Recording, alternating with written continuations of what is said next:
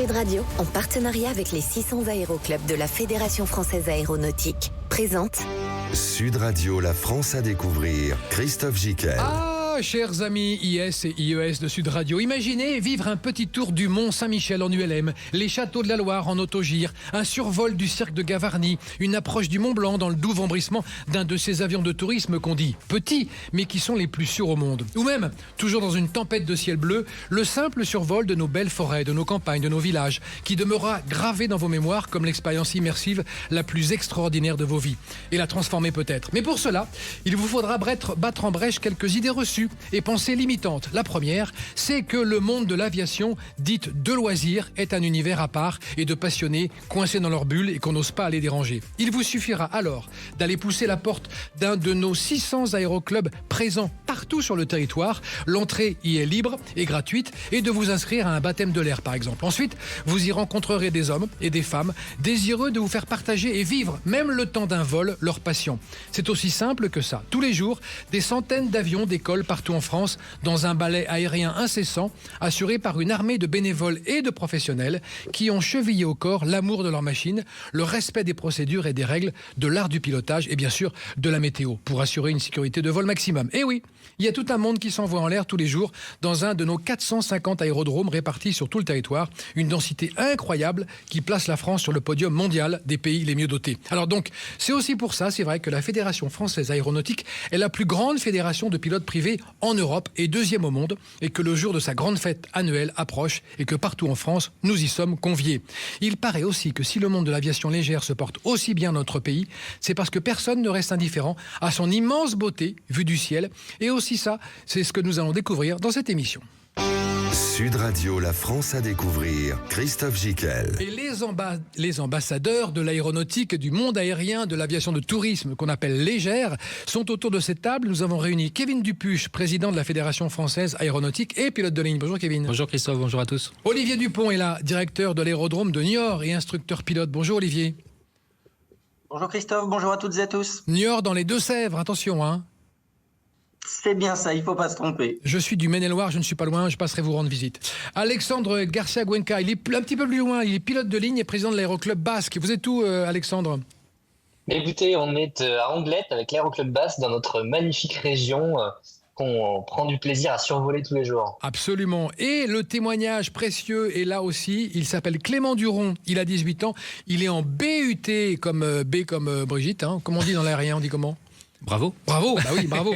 B comme bravo, BUT à Blagnac dans la Haute-Garonne. Bonjour Clément.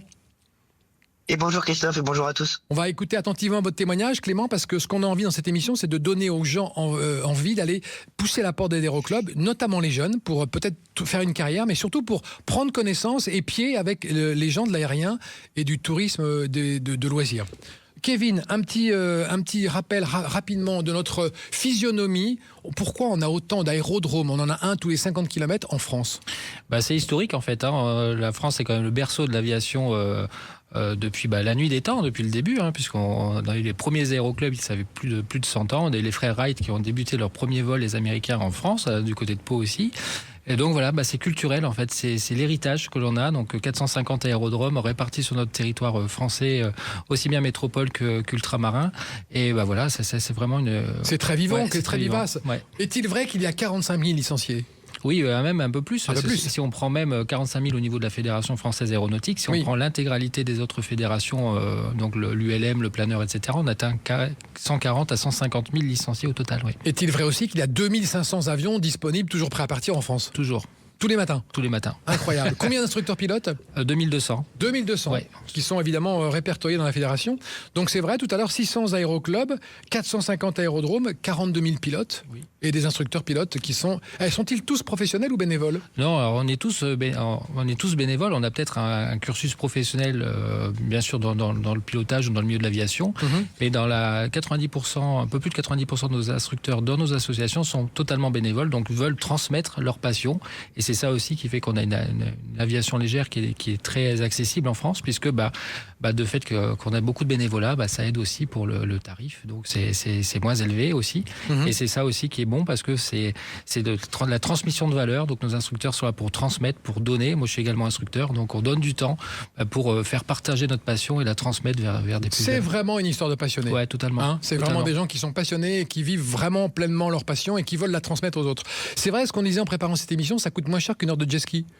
Oui, actuellement il y a peut-être le prix du carburant qui bouge un peu, monté, mais voilà, mais sinon sans cette variable-là, oui, on est sur des tarifs, on a un sport mécanique, mais qui coûte pas si cher que ça, puisque grâce aux associations, on a des tarifs qui sont assez accessibles. Ouais. Clément Duron, 18 ans, en BUT à Blagnac, en Haute-Garonne. Alors vous avez commencé un jour dans le domaine de l'aérien. Vos parents n'étaient pas spécifiquement des pilotes d'ailleurs, et puis vous avez eu un déclic sur un vol, c'était Paris-Bordeaux, je crois. Exactement, c'était ça. Qu'est-ce qui s'est passé ce jour-là? Écoutez, c'était magique. Depuis toujours, je me suis quand même toujours un peu intéressé à l'aéronautique, les avions qui passaient au-dessus de moi. Et puis, mes parents m'ont fait une belle surprise lors du vol Bordeaux-Paris. Ils avaient demandé au pilote si je pouvais, via un contact, faire le vol Bordeaux-Paris dans le cockpit.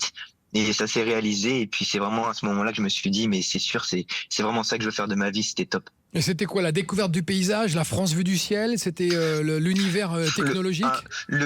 Tout, même en passant surtout aussi par le pilotage, c'est vraiment le plus beau bureau du monde. Enfin, c'est quand on a la passion, je pense que les pilotes ici présents le reconnaîtront. C'est quand même quelque chose de magique, pouvoir tout le temps voler. C'est-à-dire que même s'il pleut, il fait pas très beau, et c'est pas grave. 30 secondes après, on voit le soleil tous les jours, et puis c'est super. Et puis la passion du pilotage, c'est voyager, piloter, et puis même permettre aux gens de pouvoir aller au travail, voir leur famille, c'est aussi un rôle que peu le voient, mais moi je vois plutôt aussi dans cette partie du métier, quoi. Ouais, c'est cool. Et en plus, on voit que vous portez des lunettes, donc première idée reçue, on peut avoir des lunettes et piloter. Ça, c'est un truc, les gens nous disent « Ah ben non, je pourrais pas piloter, je porte des lunettes ou des lentilles ». Mais non, c'est faux, Kevin. Oui, totalement. Il y a des conditions médicales qu'il faut respecter. Après, effectivement, pour du pilotage privé ou même du pilotage commercial, on peut avoir des lunettes avec certaines corrections. Alors bien sûr, si on a... de dixième ou beaucoup moins, ça marche pas, mais si on a des corrections et on arrive à un certain niveau de correction, ça marche bien. Donc oui, c'est une idée reçue, on peut piloter avec des lunettes, il n'y a aucun problème à ce niveau-là.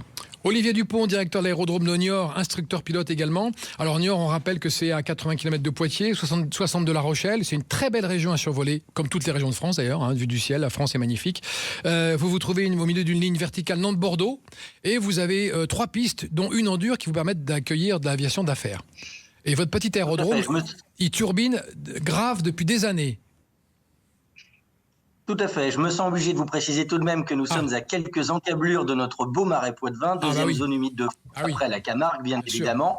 Et en effet, on a l'avantage d'avoir un aérodrome d'aviation générale qui nous permet d'accueillir toute activité qui n'est pas de l'activité commerciale régulière. Donc, bien évidemment, nos collègues Alexandre et Kevin, eux, travaillent sur des aéroports plus conséquents. Et nous, on accueille toute autre activité, que sont les vols d'aviation d'affaires, les missions de service public et, bien évidemment, les vols d'aéroclub, les vols de tourisme. Alors, vous, petite particularité, l'aérodrome est géré par vous et la mairie. Vous êtes donc, vous travaillez pour la mairie. Et votre souci premier, vous, dans votre esprit, c'est que le citoyen puisse venir librement, régulièrement, comme il souhaite, sur cet aérodrome en poussant la porte. C'est exactement ça.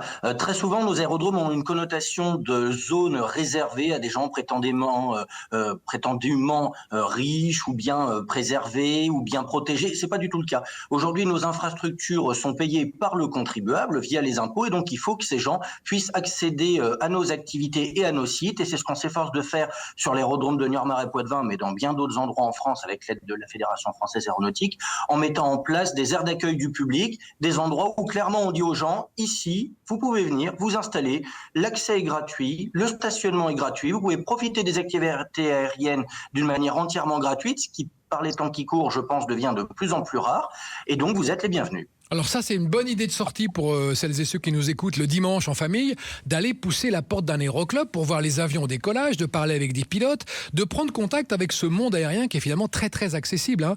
Vous la pétez pas quand même, Kevin, dans l'aérien. Avant, oui, un peu. Oui, dans les années 60, 70, pilote, c'était waouh. Ouais, on va toujours en trouver peut-être quelques-uns qui vont être un peu... voilà, mais bien bon, sûr. C'est comme partout. C'est comme partout. Mais non, mais en fait, on est accessible.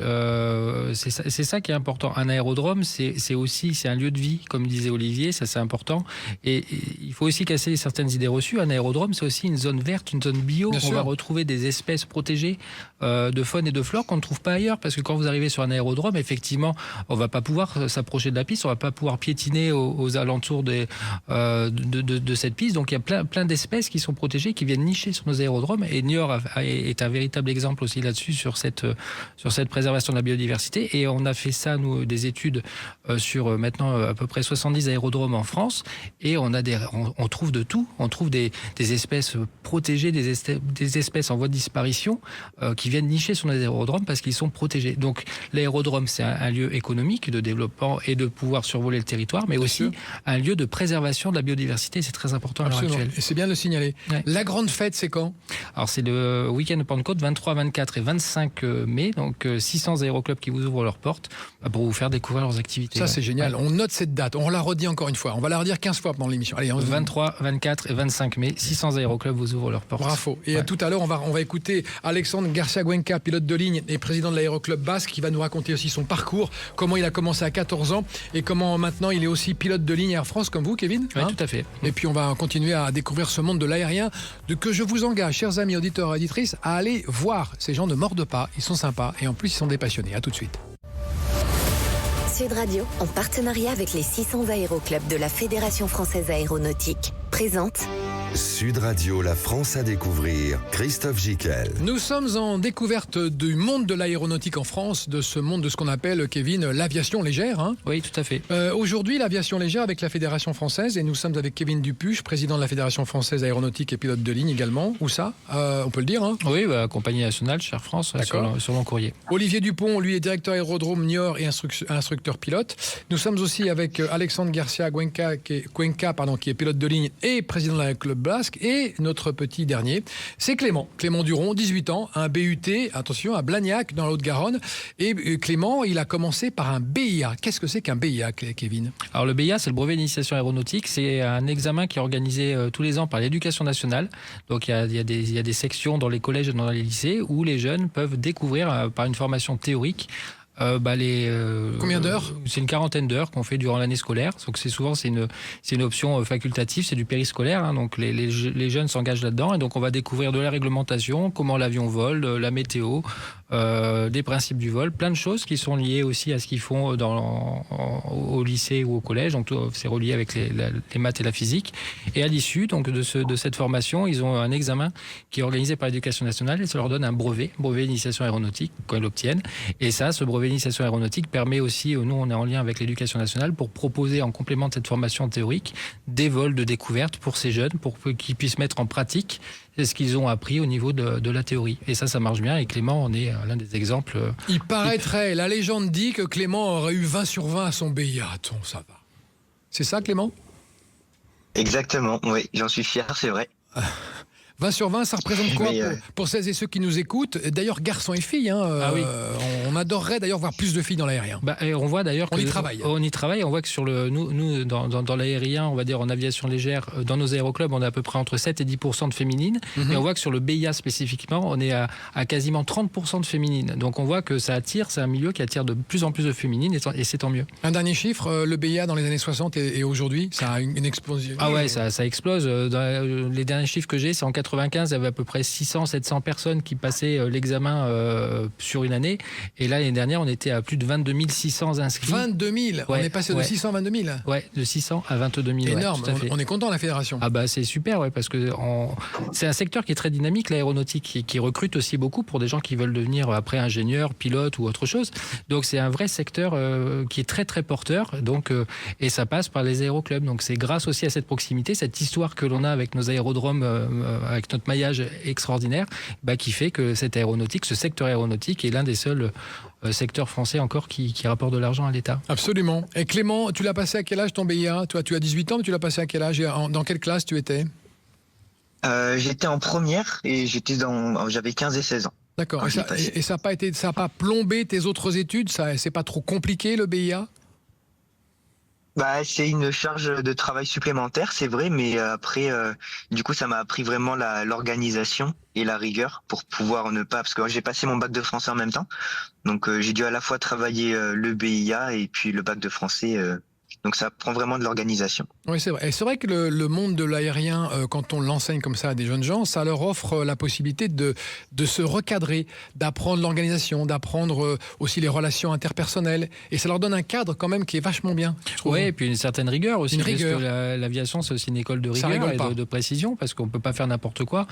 Surtout après, quand ces jeunes apprennent à piloter, on va à un moment donné leur autoriser de voler tout seul dans un avion. Donc, c'est-à-dire, on peut avoir faire son premier vol solo à 16 ans, c'est-à-dire qu'à 16 ans, avant d'avoir son permis de conduire voiture, on va pouvoir autoriser un jeune formé à voler tout seul dans un avion. C'est quand même pas rien. Donc c'est vrai que c'est une école de rigueur aussi qu'on apprend à travers les aéroclubs. Ouais. Et justement, avec vous, Alexandre, on va en parler de cette école de rigueur parce que vous, chez vous, au Pays Basque, vous avez plutôt axé sur la formation. 50 élèves que vous formez tous les ans, c'est ça, à peu près ?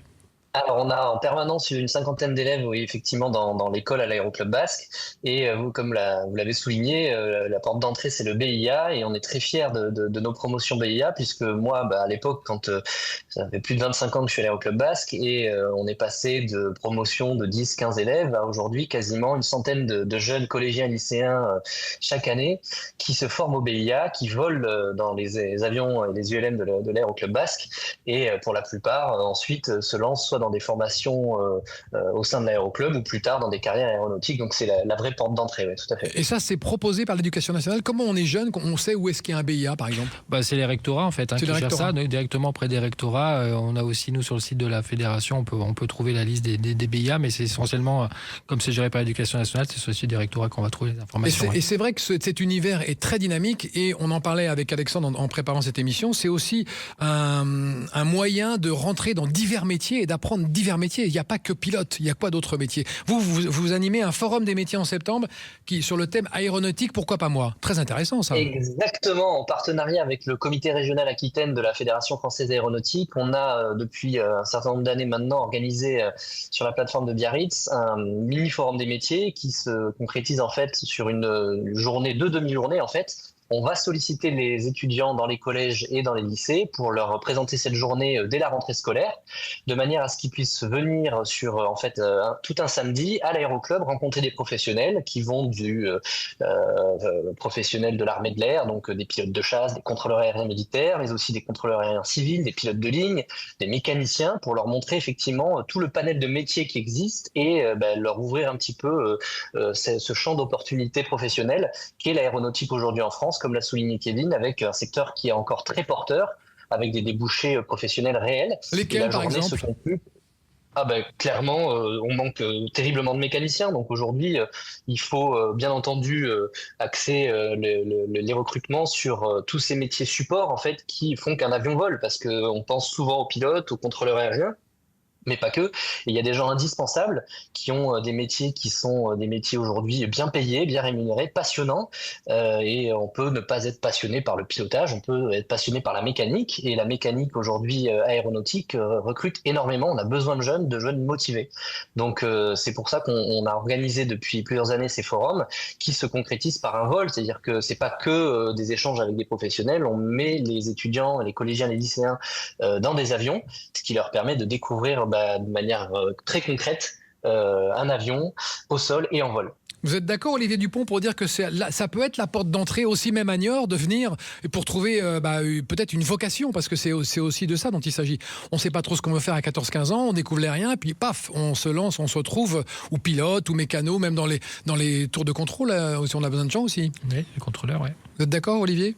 Oui, tout à fait. Comme le disait Alexandre, je pense que c'est vraiment très intéressant d'aller au-delà de la carrière de pilote, qui est évidemment une carrière très intéressante, mais bien retenir qu'on peut tout à fait avoir une activité en lien avec l'aéronautique et effectuer le pilotage à titre, j'allais dire, un peu plus personnel. Et on a besoin, notamment sur nos aérodromes, de personnel pour permettre les activités aéronautiques d'avoir lieu. Et donc, c'est très important de se dire que si on veut travailler dans l'aérien, on n'est pas obligé d'être pilote. Est-ce qu'un championnat de voltige du 18 au 23 mai avec 30 à 40 compétiteurs, ça peut aider aussi à fasciner nos amis, nos jeunes, tous ceux qui ne connaissent pas l'aérien? C'est une première porte d'entrée pour le grand public aussi, ça, les meetings. C'est tout l'objectif, en effet, le meeting aérien qui est organisé par la Fédération française aéronautique avec le soutien de la ville de Niort et bien évidemment de l'Aéroclub des Deux-Sèvres. L'objectif, c'est de permettre aux gens de venir sur un aérodrome franchir les portes que peut-être ils n'oseraient pas franchir habituellement comme on en parlait, et puis une fois sur site, de savoir en quoi l'aérien peut les intéresser. Ça peut être tout simplement une passion, venir découvrir, échanger, partager. Pourquoi pas pour les plus jeunes embrasser une carrière militaire, et puis pour d'autres, franchir un pas qu'on avait peut-être déjà dans un petit coin de la tête, mais qu'on n'osait pas pousser, découvrir le pilotage. En avion, bien évidemment, mais dans les autres disciplines qui seront également présentes. Et tout l'intérêt de cette manifestation, c'est de mettre en œuvre sur un temps bien précis ce qui se passe en fait tout au long de l'année, mais cette fois-ci de le rendre vraiment plus visible et plus accessible. Alors Clément, quand toi tu es en vol, maintenant c'est la séquence On va rêver, raconte-nous ce que tu vois. Est-ce que d'abord tu vois la région au-dessus de laquelle tu voles qui est quand même magnifique. Raconte-nous ce qui te fascine et ce qui te séduit toujours. Et si ça fonctionne toujours à chaque fois que tu voles.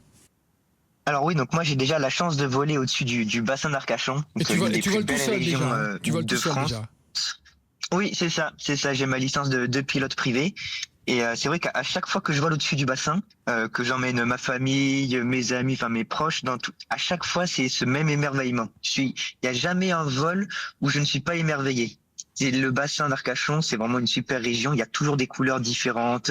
Et puis même la sensation du vol, rien que voler pour moi, c'est laisser les problèmes en bas, laisser ces petites préoccupations et juste avoir que du pur bonheur et faire profiter soi-même, mais faire profiter les autres aussi. Oui, parce que tu es obligé d'être concentré sur le vol, parce que c'est quand même une discipline de voler. Exactement. Oui, il faut surtout toujours être concentré, parce que un des plus gros ennemis, c'est toujours les habitudes. Toujours essayer d'être dans la routine, il faut pas faire ça. Faut toujours rester concentré, mais il y a la part de concentré, mais il faut quand même profiter aussi du moment présent. Après, on a été formés, donc nos instructeurs nous apprennent à bien justement gérer ces types de situations, à bien savoir ça, enfin bien connaître quand il faut être concentré et au contraire quand on peut un petit peu se relâcher et profiter du paysage. Kevin Dupuche, ça fait plaisir d'entendre un jeune de 18 ans qui nous raconte l'émotion avec laquelle il découvre notre France, notre beau pays, et puis avec cette rigueur et cette discipline. On se dit on a réussi le job. On a réussi le job, ça veut dire aussi que beaucoup pensent que comme on est des assos avec des bénévoles, que c'est pas forcément quelque chose de sérieux ou très cadré. Au contraire, c'est pas parce qu'on est bénévole qu'on est forcément mauvais. Au contraire, c'est cette transmission de passion. Et là, on voit qu'avec Clément, par exemple, c'est l'exemple type. Et ce qu'il raconte, c'est marrant parce que on l'a tous vécu. Et ce qu'il a dit là, c'est ce que je ressens aussi quand je vole encore aussi bien en aviation légère que sur des avions un peu plus gros. Donc oui, quand on entend ça, on a transformé l'essai. Absolument. On va marquer une pause, chers amis. On se retrouve juste après pour continuer à parler de cette France vue du ciel avec la Fédération française d'aéronautique dans la grande date est 23, 24 et 25 mai. 23, 24 et 25 mai où il y aura les portes ouvertes partout en France. Les 600 aéroclubs ouvriront leurs portes. À tout à l'heure. Sud Radio, en partenariat avec les 600 aéroclubs de la Fédération française aéronautique, présente Sud Radio, la France à découvrir. Christophe Gicquel. 600 aéroclubs presque aux portes de chez vous. Tout le temps, il y en a partout des aéroclubs. Ils sont stationnés sur 450 aérodromes. On parle même d'un aérodrome tous les 50 km. Un Français a à portée de main un aérodrome à 50 km ou moins de 50 km. Et nous sommes pour en parler de cette France qu'on peut découvrir du ciel, c'est tellement merveilleux, avec Kevin Dupuche, président de la Fédération française aéronautique et pilote de ligne, Olivier Dupont, directeur de l'aérodrome de Niort et instructeur pilote, Alexandre Garcia-Cuenca, pilote de ligne et président de l'aéroclub basque, et Clément Duron, qui lui est à Blagnac en Haute-Garonne et qui vole déjà avec combien d'heures de vol, Clément ? 60 heures. 60 heures. On peut voler à partir de combien, Kevin? Le minimum réglementaire pour avoir sa licence de pilote privé, c'est 45 heures. D'accord. Donc il y a une partie en double commande, forcément avec un instructeur à bord. Ensuite, après, il y a une partie aussi en solo supervisé, ce qu'on appelle, c'est que l'élève pilote va faire ses armes en fait en pilotant tout seul avec la supervision d'un instructeur au sol. Et il faut au minimum 45 heures de vol. Après, c'est comme le permis de conduire voiture, il faut 20 heures. Par exemple, pour le permis de conduire voiture, si je dis pas de bêtises.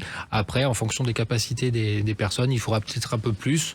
Mais globalement, on arrive à sortir les personnes aux alentours de 50-60 heures. Et je pense que Clément, il est sorti aux alentours de 45-46 heures. Donc vraiment au minimum réglementaire, on va dire, parce qu'il était assez compétent. Et ça veut dire qu'après, il est autonome, il peut faire le tour qu'il veut. Enfin, il ne fait pas qu'un tour de piste. Hein. Non, bien sûr. Alors après, la licence de pilote privé permet de voler n'importe où en France et en Europe, puisque c'est une licence européenne, sur des avions monomoteurs à piston avec 9 passagers maximum. Alors en général, en aéroclub, on a des avions plutôt 3-4 places.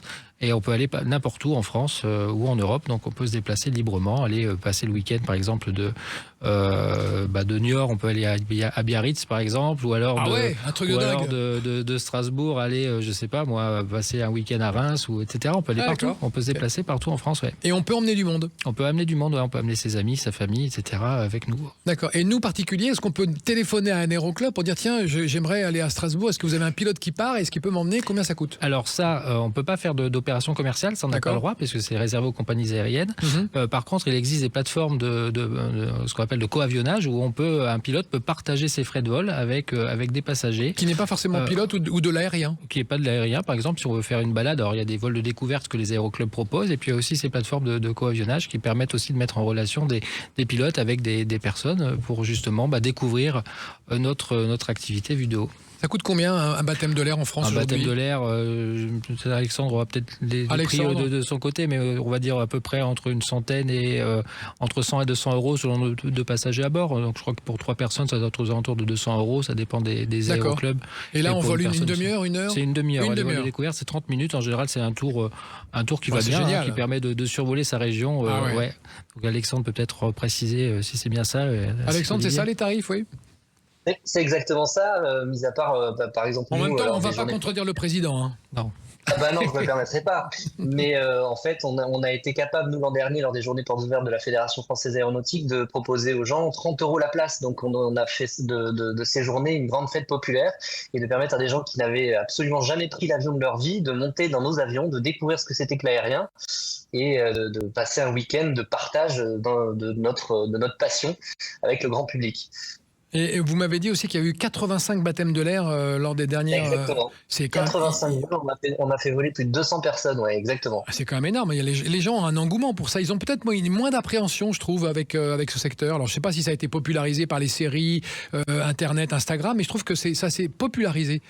Vous êtes d'accord avec ça ? Ça s'est popularisé, et puis comme l'a dit Kevin, on est dans un pays quand même où l'aéronautique est très porteur, donc ça parle aux gens, et puis le fait de démocratiser grâce à ces opérations notre milieu aéronautique, ça permet aux gens de ne pas avoir peur de franchir la porte des aéroclubs et de découvrir ce monde, même s'ils ont une petite appréhension au départ, de découvrir ce que sont nos machines, nos avions, comment ça vole, comment on les entretient, comment on les pilote, et de concrétiser cette découverte du monde aéronautique par un baptême de l'air qui leur démontre que, comme vous l'avez dit en introduction, c'est un monde très safe, où on peut voler en toute sécurité et découvrir de très beaux paysages. On parlait aussi des moteurs qui ont changé. Maintenant, on peut mettre de l'essence sans plomb, paraît-il, dans certains avions moteurs Rotax, c'est ça, le Rotax ? Oui, le moteur Rotax notamment. Donc il y a des évolutions. Oui, il y a des évolutions, puisqu'en fait, au fur et à mesure du temps, l'aviation est en train de se verdir, en train de devenir de plus en plus vertueuse. Donc il y a des évolutions, notamment dans les moteurs et avec des nouveaux types de carburants. Et on travaille aussi, la fédération, sur l'utilisation, pourquoi pas, avec une start-up en région bordelaise, pour pouvoir utiliser, pourquoi pas, de l'éthanol E85 dans nos moteurs dans les années qui arrivent. Donc il y a plein d'évolutions. On parle aussi de l'avion électrique qu'on a déployé aussi dans certains aéroclubs. On a aussi l'avion à hydrogène qui arrivera pas de suite, mais qui arrivera à horizon 10-20 ans. Donc il y a des véritables évolutions. Et c'est important de se rappeler que l'aviation, l'aéronautique a un siècle. Il y a un siècle, on était sur des avions Blériot 14 et là maintenant on est sur des avions un peu peur quand même. Qui faisaient un peu peur. C'était le début de l'aviation et là, regardez l'évolution qu'il y a eu en un siècle. Là, dans les 30, 40, 50 prochaines années, il y aura encore plein d'évolutions. Qu'est-ce qu'on trouve majoritairement comme avion en France? Les petits avions, c'est des Cessna Alors on a des Cessna et des Robins. Essentiellement, Robin, c'est un avion français qui est construit vers Dijon. En toile? En bois et toile, ouais. Incroyable. Quand on entend ça, on se dit waouh. Et bon, c'est hyper solide, hein, forcément. Ce sont des avions très sûrs. C'est ça qu'il faut dire aux gens. C'est pas parce que ce sont de petits avions. Au contraire, on maîtrise assez facilement la technique. C'est vite remis en état, c'est vite analysé. Et puis c'est très suivi. On a le même type de suivi de maintenance que les compagnies aériennes françaises et européennes. Donc il y a des standards qui sont très élevés. Donc on peut pas faire n'importe quoi sur nos types d'avions. Donc c'est très suivi. Donc oui, c'est un milieu qui est très très sûr. Oui, c'est un milieu absolument contrôlé. Tout à fait. Déjà autocontrôlés par les adhérents eux-mêmes, qui sont des professionnels et qui ont à cœur évidemment que ça se passe bien. Personne ne veut. Voilà. Oui. Olivier Dupont, vous confirmez combien d'avions vous avez, vous, sur le terrain? Alors, sur l'aérodrome, un petit peu plus de 75 aéronefs pour 500 pratiquants et l'aéroclub des Deux-Sèvres, comme le disait notre président, 2 Robins d'R400. D'accord. Et vous avez une piste en dur, vous rigolez pas dans les Deux-Sèvres? On a l'avantage d'avoir une piste en dur qui nous permet donc de réaliser les vols par toutes conditions météorologiques en évitant les désagréments des pistes en herbe, mais on a également une piste en herbe qui permet à nos élèves de travailler sur une bande avec ses particularités, notamment en termes d'adhérence et d'adaptation aux conditions météo. Donc, je ne vais pas vous dire qu'on peut tout faire, mais presque. Est-ce que le 23 mai, pour le meeting, il est gratuit ? Et oui, tout à fait. C'est un point important sur lequel la Fédération française aéronautique et la ville de Niort travaillent, c'est rendre ce meeting aérien entièrement gratuit. Et il n'y a pas de petit astérisque en bas de l'affiche. L'accès, le stationnement, les animations, tout est intégralement pris en charge pour vraiment que les gens à 4 km du centre-ville puissent venir passer une bonne journée de manière entièrement gratuite. Oui, Kevin. Et c'est un meeting en plus avec des champions de voltige. Donc on verra dans le ciel de Niort là, pour cet événement-là les champions du monde en titre, parce que la France est championne du monde en titre en termes de voltige aérienne.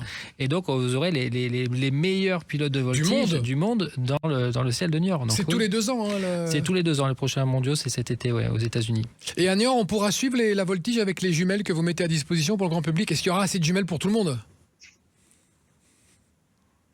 Alors, est-ce qu'il y aura assez de jumelles pour tout le monde ? Je n'en suis pas sûr, mais en tous les cas, le spectacle est organisé de manière à ce que tous les gens puissent directement profiter des évolutions sans avoir besoin des jumelles. D'accord. Et pareil, le week-end du 16 mai à Saint-Jean-de-Luz, la patrouille de France sera présente. Tout à fait. Et cette année, donc l'Aéroclub Basque est partenaire de l'événement. C'est la mairie de Saint-Jean-de-Luz qui organise un meeting aérien depuis 30 ans. C'est le 30e anniversaire. Et le grand public pourra venir admirer des avions essentiellement de chasse couronnés par la patrouille de France. Et on l'espère avec du beau temps sur la magnifique baie de Saint-Jean-de-Luz. D'accord. Est-ce qu'il y a des restaurants en général dans les aéroclubs ou des bars où on peut pousser la porte pour dire tiens, je pourrais même prendre un petit coca puis discuter avec des pilotes, ça on peut le faire ça. Oui, souvent dans les clubs on a toujours le bar de l'aéroclub comme on dit, donc qui est pas un bar où on va trouver tous les alcools qu'on veut parce qu'on n'a pas le droit s'il faut être licence 4, etc. Mais en tout cas il y a toujours moyen d'échanger avec une boisson fraîche tranquillement ou un petit café avec les pilotes justement pour échanger avec eux et pour découvrir l'ambiance aussi conviviale. C'est ça aussi un club. Un club, c'est pas que entre guillemets une société. On va prendre un avion, on va faire son vol et on va rentrer. Mais là, il y a tout le côté convivial et le bar de l'aéroclub est très important. Ouais. Et pour avoir poussé certains bars, enfin pas certains bars d'aéroclub, mais pour avoir poussé la porte d'aéroclub, je trouve qu'on trouve toujours des personnages dans les aéroclubs, des gens qui sont passionnés, qui retapent des avions, des trucs. Ça existe toujours, ça. Vous avez dans vos clubs respectifs, d'abord Kevin. Oui, on en a beaucoup. Et puis encore une fois, comme on disait depuis le début, ça devient un milieu de passionnés. C'est ça. Donc il y a des ULM, il y a des autogirs, comme je disais. Il y a des autogirs, il y a des planeurs, il y a des motoplaneurs, il y a qu'est-ce qu'on va trouver, des hélicoptères et puis des gens qui restaurent des vieux coucous. Et surtout, ça c'est comment dire, c'est l'histoire de l'aéronautique. Et on a des gens qui sont vraiment passionnés, qui vont maintenir des avions en état de vol, des anciens avions. Et on trouve quelquefois des collections d'avions uniques. Moi, je pense sur Andernos, par exemple, on a un avion, un Lockheed Electra, qui était en état de vol et qui est l'un des exemplaires.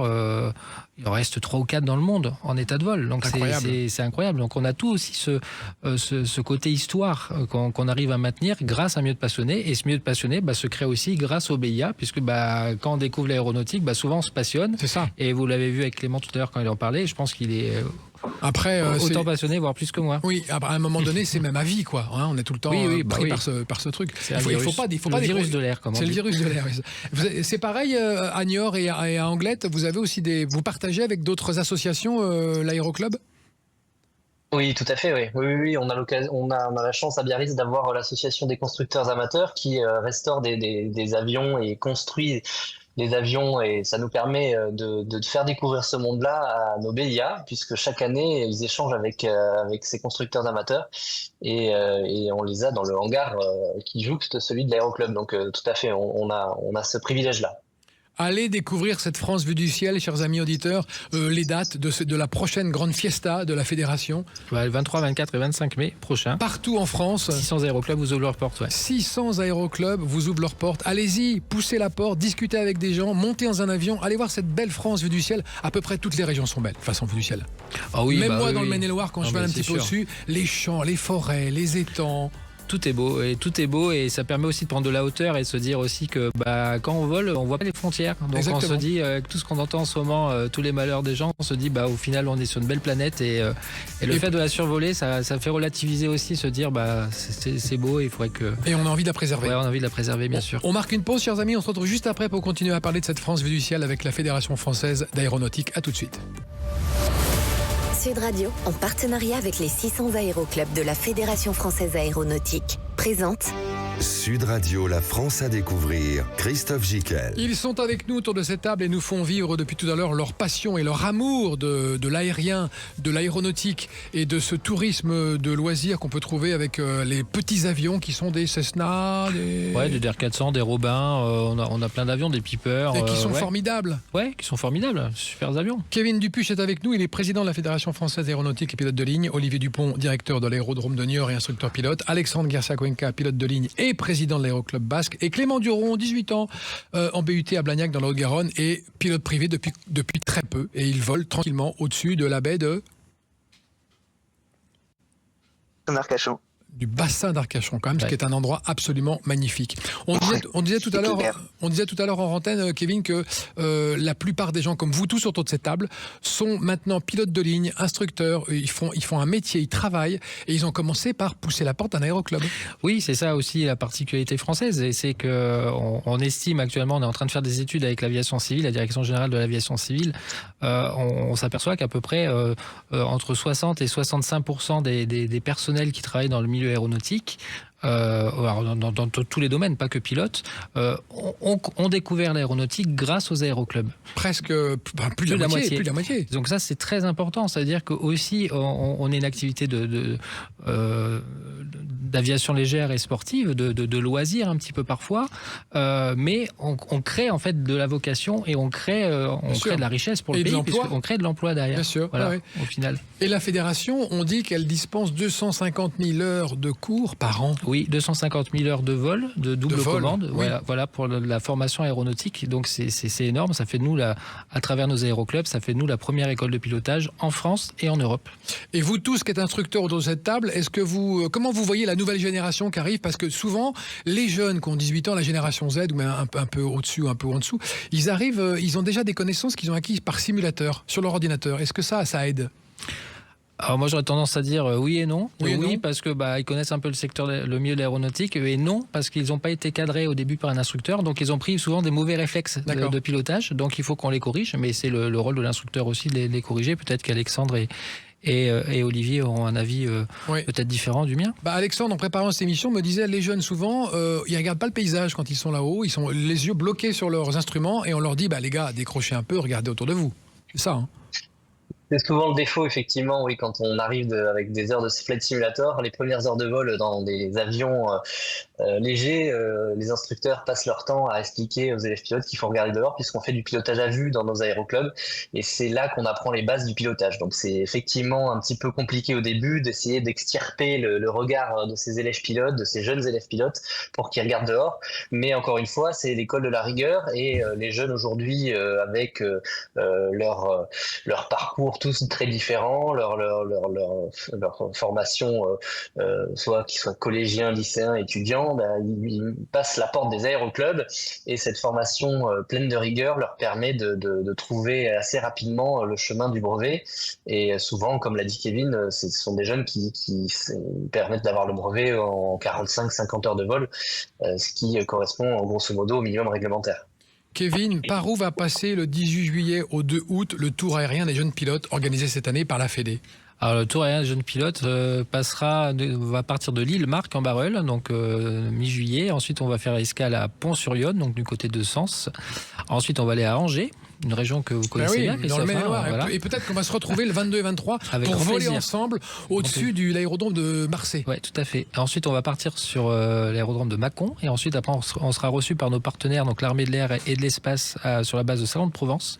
Ensuite, on ira au 5e RHC de l'aviation légère de l'armée de l'armée de terre à Pau, et ensuite on terminera à Jonzac. 7 étapes. Ouais, 7 étapes avec 45 jeunes pilotes de 18 à 24 ans qui sont en train d'être sélectionnés, qui seront les ambassadeurs d'aviation légère, puisque sur chaque étape, hormis sur les étapes militaires, elles ne seront pas ouvertes au public, celles-là forcément, puisque c'est sur des bases, mais sinon sur toutes les autres étapes, ça sera ouvert au public avec un petit village de l'air, avec aussi des possibilités de faire des baptêmes de l'air et de parler avec justement nos jeunes pilotes pour montrer ce qu'est le secteur aéronautique français. Oui, et surtout ce sont des moments où de bascule, parce que c'est là où on peut confirmer si vraiment on a envie de continuer, si on est bon, si on a envie. Et puis surtout, c'est le moment où on peut être repéré par des compagnies aussi, peut-être. Alors oui, c'est un peu tôt. C'est un peu tôt en général pour être repéré par les compagnies. En plus, c'est des recrutements qui sont un peu spécifiques à l'heure actuelle. Mais en tout cas, ce qui est sûr, c'est que pour une compagnie aérienne, sur un recrutement, quelqu'un qui aura déjà eu une approche du pilotage et qui aura déjà fait du pilotage, forcément, ça donne un petit plus, parce que la personne, elle a appris à piloter, elle a peut-être passé le BIA, donc c'est quand même, ça prouve un intérêt pour la chose aéronautique, et ça, c'est important. Les journées portes ouvertes, rappelons, c'est le 22, 24, 25 mai 23, 24, 25 23, mai, 24, 25 vendredi mai. au dimanche, sur week-end les de la Pentecôte. Week-end de la Pentecôte sur les 600 aéroclubs. Le site sur lequel on va voir les infos, c'est enviedepiloter.fr. Enviedepiloter.fr, vous trouverez toute la carte de tous les clubs qui participent à cette journée. D'accord. Alexandre Garcia Cuenca, je viens avec ma femme, ma famille, mes enfants, et je veux faire un petit tour en avion. Qu'est-ce que vous me conseillez? Quel endroit? Où on va où? Je viens chez vous, emmenez-moi une demi-heure, 1 heure. Eh bien, nous, donc, comme on l'a dit, le baptême de l'air, c'est 1 demi-heure. C'est réglementé pour les aéroclubs, parce qu'on est des associations loi 1901. Et le Pays Basque est assez riche en paysages magnifiques pour pouvoir en avoir plein les yeux en 1 demi-heure. Et très souvent, nous, ça commence par un petit survol de la côte. Ensuite, nos montagnes fétiches, la Rune, le Baïgoura et un petit peu l'intérieur du Pays Basque. S'il reste encore un petit peu de temps, on peut voir les plages landaises, et puis on vient se poser en passant par les plages de la côte basque qui sont magnifiques. Et voilà, là vous nous avez vraiment donné des cartes postales dans les yeux, ça c'est génial. Il faut plutôt le faire le matin ou le soir ou fin d'après-midi, au coucher du soleil, qu'est-ce que vous me conseillez? J'ai envie de vous dire que le Pays basque est beau à toute heure de la journée. Bien sûr. Comme partout, la fin de journée, quand la lumière est rasante, c'est magnifique, bien entendu, mais en pleine journée, c'est tout aussi beau, et on peut admirer le paysage basque sous ces couleurs qui changent toute la journée. Donc, franchement, que vous veniez le matin ou l'après-midi, ça sera un moment d'émerveillement et de partage avec des pilotes qui vous expliqueront comment tout ça se passe. Et en plus, on survole la mer, ça c'est génial, la mer et la plage de chaque côté. Clément, on a parlé du bassin d'Arcachon, tu nous as fait rêver aussi. Est-ce que toi, ton avenir, c'est ce que tu vises, ton projet, c'est de devenir pilote de ligne? Tout à fait, oui, c'est ça. Depuis, ça fait maintenant quelques années que j'ai ça dans le viseur, mais malheureusement... Alors heureusement, ça dépend des gens, mais j'ai pas 100 000 euros à m'apporter pour m'offrir une école de pilote donc qui est privée. Mais je vais donc passer par la voie publique. C'est pour cela que je suis actuellement à Toulouse, ici en BUT, pour avoir un bac +3 pour répondre aux critères de sélection des cadets Air France que je vais tenter d'ici 2 ans. D'accord. Et en attendant, je vais aller en alternance l'année prochaine à Daher Aerospace, en tant que contrôleur qualité et montage moteur sur A320, donc toujours dans le domaine de l'aéronautique, la passion qui est toujours la même en alternance. Et puis donc c'est pas pilote, mais c'est pas grave, tant que je suis sur les avions, moi ça me va. Et puis si jamais je me le souhaite pas, mais si jamais je rate les cadets Air France, après il faudra peut-être envisager de faire un prêt étudiant et puis commencer à économiser avec cette fameuse alternance aussi, mais j'essaie de trouver plusieurs portes. Il n'y a pas qu'une seule voie. Et puis même Kevin pourra vous le dire, et même d'autres pilotes. Il y a plusieurs voies. On peut passer par l'armée, on peut faire plein de choses pour devenir pilote. Il n'y a pas que la voie royale. Il n'y a pas que passer par la prépa. Et il n'y a pas que maths sup, maths spé. Il y a plein d'autres choses. On sent que ce garçon ne lâchera rien, hein, Kevin? Ah non, mais c'est sûr. Ça, c'est sûr. Il a raison de le dire. Il a raison de le dire pour les auditeurs. Il n'y a pas que des maths sup, maths spé. C'est une légende. On n'a pas besoin d'avoir maths sup passé pour être pilote. Ah non, absolument pas. Moi, par exemple, j'ai qu'un bac scientifique. Hein. Ah bon? J'ai pas fait d'études supérieures. Donc, par exemple, je ne connais pas le parcours d'Alexandre à ce niveau, au niveau des études. Mais... C'est pareil, un bac scientifique. Et c'est vrai que, voilà, comme Clément l'a dit et le démontre, c'est la motivation qui est le fil rouge de la porte d'entrée des cockpits. Et c'est ça aussi qui est important dans ce milieu quand on veut devenir par exemple pilote, c'est qu'il n'y a pas qu'une seule, enfin pilote de ligne je parle, il n'y a pas qu'une seule filière. Voilà, donc il y a plein de façons d'y arriver. Après il y aura des périodes où ça recrutera plus facilement que d'autres. Donc on peut avoir des périodes où on va être un peu au chômage, où ça va être un peu compliqué d'être recruté. Mais dans tous les cas, quand on a la passion, la motivation, et ça marche. Regardez Clément, il y a 3 ans, il connaissait pas du tout le secteur de l'aéronautique. Regardez où il en est maintenant. Ouais. Donc ça, encore une fois, c'est grâce aux aéroclubs qu'on arrive à créer des passions et des vocations. Et si je pousse la porte de l'aéroclub, la porte de l'aéroclub de Niort, qu'est-ce que vous m'invitez à voir et qu'est-ce que je vais voir on vole à combien d'ailleurs en petit aérodrome, là on a aéroclub, avion, on est à combien? On va voler entre 300 et 600 mètres, ça fait entre 1000 et 2000 pieds quoi, en règle générale. Alors qu'est-ce que je vois à Niort, Olivier? À Niort, évidemment, on va vous permettre de voir, dès que vous décollez, le centre-ville historique et son donjon, le deuxième plus haut de France après celui de Vincennes. Et puis très rapidement, on va rejoindre le Marais Poitevin, cette vaste étendue aménagée par l'homme, contrairement à ce qu'on pourrait croire. Et puis quand la météo est bonne, c'est-à-dire très souvent à Niort, on apercevra l'anse de l'Aiguillon qui borde la ville de La Rochelle avant de revenir tranquillement se poser sur notre belle piste. On a le droit de survoler les villes? Oui. En dessous d'une certaine altitude, on n'a pas le droit de survoler les villes pour des raisons réglementaires, bien évidemment, et puis surtout pour des raisons de protection de nos riverains. Si on peut voler sans gêner les personnes qui se trouvent en dessous, bien évidemment, on essaye de le faire. Donc, hormis les phases d'atterrissage et de décollage qui, pour des raisons de sécurité évidentes, nécessitent d'être bas au-dessus des maisons qui malheureusement se trouvent en dessous de nos trajectoires, les pilotes d'une manière générale, et de plus en plus, on parlait des jeunes tout à l'heure, sont très sensibilisés au fait de respecter les populations survolées, qui n'ont pas forcément très envie, donc on essaye d'en tenir compte dans nos trajectoires de vol, et puis également les zones de protection de l'environnement. Nous, à Niort, on est particulièrement concernés, le Marais Poitevin notamment, dont je vous parlais, qui est une zone de protection pour l'environnement, qui est une réserve régionale. Et bien évidemment, quand on va la survoler, on le fait à une altitude un petit peu plus élevée que ce qu'on pourrait faire pour bien y voir, mais suffisamment élevée pour ne pas perturber la biodiversité. Et quand je vous dis ça, c'est pas pour passer un petit coup de vernis vert sur mon propos, c'est vraiment une attention de plus en plus prégnante des gens qui sont dans les avions aujourd'hui. Bravo, merci à tous pour cette belle émission. Merci Kevin Dupuche, président de la Fédération Française de l'Aéronautique. On rappelle les dates, week-end de la Pentecôte, tous les aéroclubs de France ouvrent leurs portes. Allez-y, faites des baptêmes de l'air, parlez aux gens, ils sont très simples, ils sont très sympas, ils sont plutôt rigolos, détendus. Venez nous découvrir et puis on va vous transmettre cette belle passion. C'est des gens équilibrés et en plus on a la chance de découvrir grâce à eux la France vue du ciel qui reste quand même un pays magnifique. Merci à tous, merci Clément, merci Olivier, merci Alexandre et merci Kevin. À bientôt dans vos avions et dans vos cockpits respectifs. La semaine prochaine, on se retrouve dans la France à découvrir. Salut! Sud Radio, en partenariat avec les 600 aéroclubs de la Fédération Française Aéronautique, vous a présenté Sud Radio, la France à découvrir, Christophe Gicquel.